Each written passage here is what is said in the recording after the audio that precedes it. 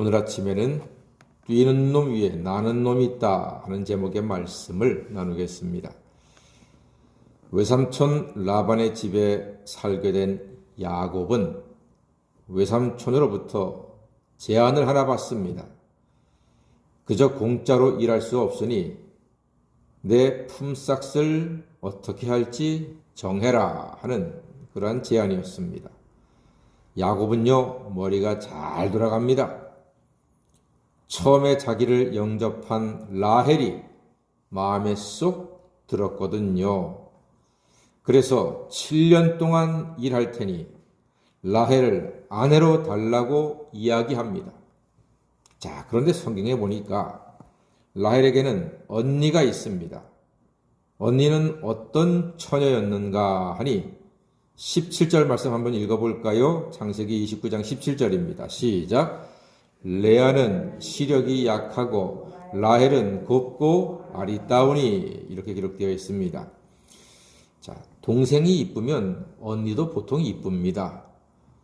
우리 김도영 원사님의 손녀 블랙핑크의 지수가 얼마나 이뻐요. 근데 그 언니 지훈이는 어떻게 보면 지수보다 더 이뻐요. 두 자매가 정말로 이쁩니다. 아마 여기도 레아와 라헬도 두 자매가 다 이뻤을 거예요. 그런데 레아에 대한 설명은 시력이 약하다 그랬습니다. 이게 모든 걸 말합니다. 여러분 눈이 잘 안 보이면 어떻게 보게 되죠? 이렇게 실눈을 뜨고 이렇게 찡그리고 보게 돼요. 옛날에 안경이 없었잖아요. 지금이야 안경을 하거나 콘택트 렌즈를 하니까 똑바로 뜨고 보지만 옛날에 눈이 안 보이면 이렇게 뜨고 막 보니까 이쁜 얼굴도 찡그려 보이는 겁니다. 레아가 바로 그런 스타일입니다. 라헬처럼 동생처럼 이쁜데 눈이 잘 안 보이니까 찡그리게 되고, 그러니까 남들이 보면 어이 저 아가씨는 왜 맨날 찡그리고 다녀? 왜 이렇게 얼굴이 어두워? 당연히 그렇게 보이겠지요? 레아가 바로 그런 처지였습니다. 그러니까 그렇게 매일 찌그리고 있으니까 비호감 총각들이 동생 라헬과 당장의 비교가 되니까 라헬은 인기가 많고 레아는 인기가 없게 된 겁니다. 자, 이제 상황이 이렇게 되니까 야곱도 뭐 다르겠습니까? 야곱도 남자인데 찡그린 레아보다는 늘 생글생글 웃고 활짝 핀 얼굴로 열심히 하는 라헬에게 푹 빠질 수밖에 없었겠지. 그래서 야곱은 라헬을 얻기 위해서 어떻게 했습니까? 20절 말씀 보니까요. 그를 사랑하는 까닭에 7년을 며칠같이 여겼더라 했습니다. 7년을 그저 수일처럼 여겼다는 겁니다. 그 7년은 야곱과 라헬에게는 꿈같은 연애 기간이었을 겁니다. 7년이 지나고 드디어 결혼식 날이 되었습니다. 라헬을 아내로 맞는 날입니다. 장인이 동네 사람들 불러서 큰 잔치를 베풀었습니다. 술도 많이 마셨겠지요. 그리고 하루 종일 손님들 맞고 잔치했으니 야곱이 또 얼마나 피곤했겠습니까? 그러나 피곤한 중에도 그냥 잘 수는 없잖아요. 장인어른이 잘 꾸며주신 신방에 들어갔습니다. 그리고 다음날 아침이 밝았습니다. 아침에 눈을 뜬 야곱이 라헬을 보고 얼어붙습니다. 왜요? 누워있는 사람은 라헬이 아니라 레아였습니다. 생글 웃던 라헬이 아니라 찡그린 레아가 누워 있었습니다. 야곱의 마음은 속았다. 외삼촌이 내게 어떻게 이러실 수가 있는가?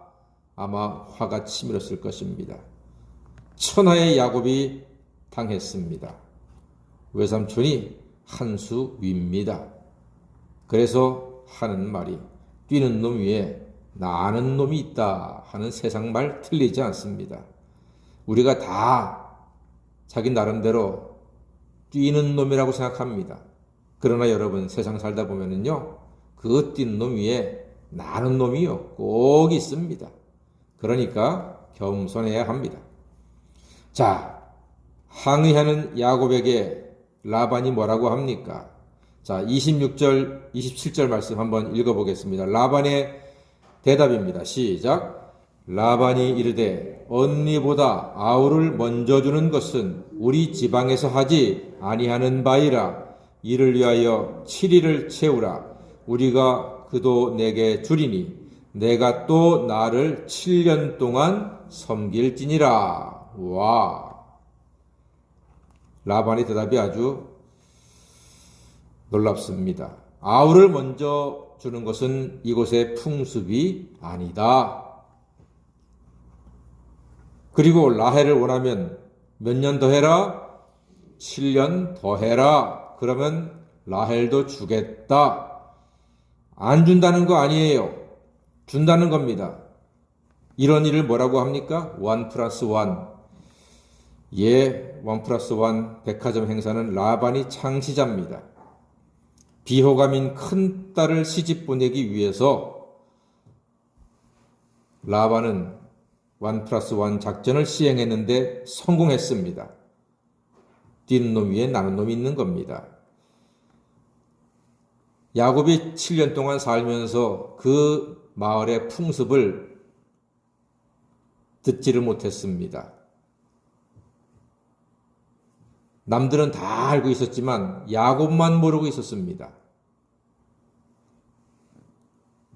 동생을 먼저 시집 보내는 것은 같지 않다 하는 말이 정말로 그 마을 풍습에 있었는지 아니면은 라반이 지은 말인지는 제가 확실히 모르겠으나 아마 그런 풍습은 분명히 있었을 겁니다.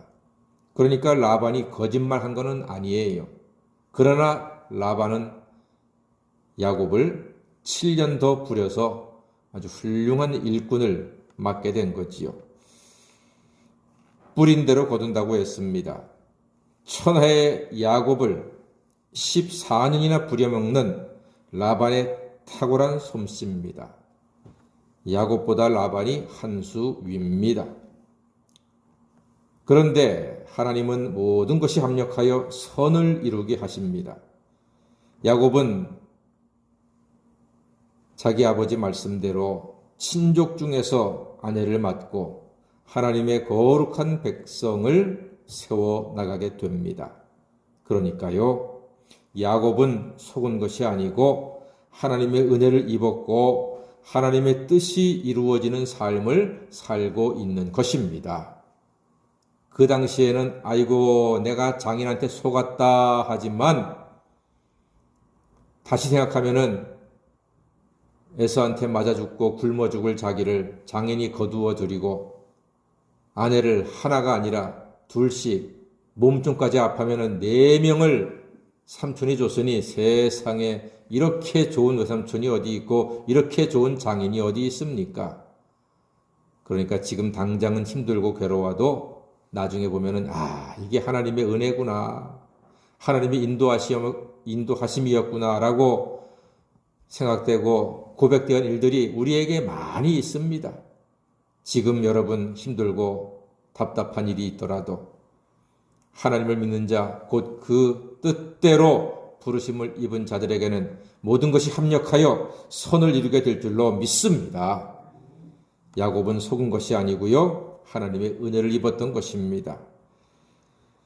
우리의 결혼생활, 직장생활, 신앙생활은 하나님의 뜻 안에서 하나님 뜻이 이루어지고 있는 것임을 깨닫고 오늘도 감사하며 나에게 주어진 삶을 그리고 사람들을 사랑하시는 하나님의 자녀가 되시기를 주의 이름으로 간절히 축원합니다. 아멘. 기도하겠습니다.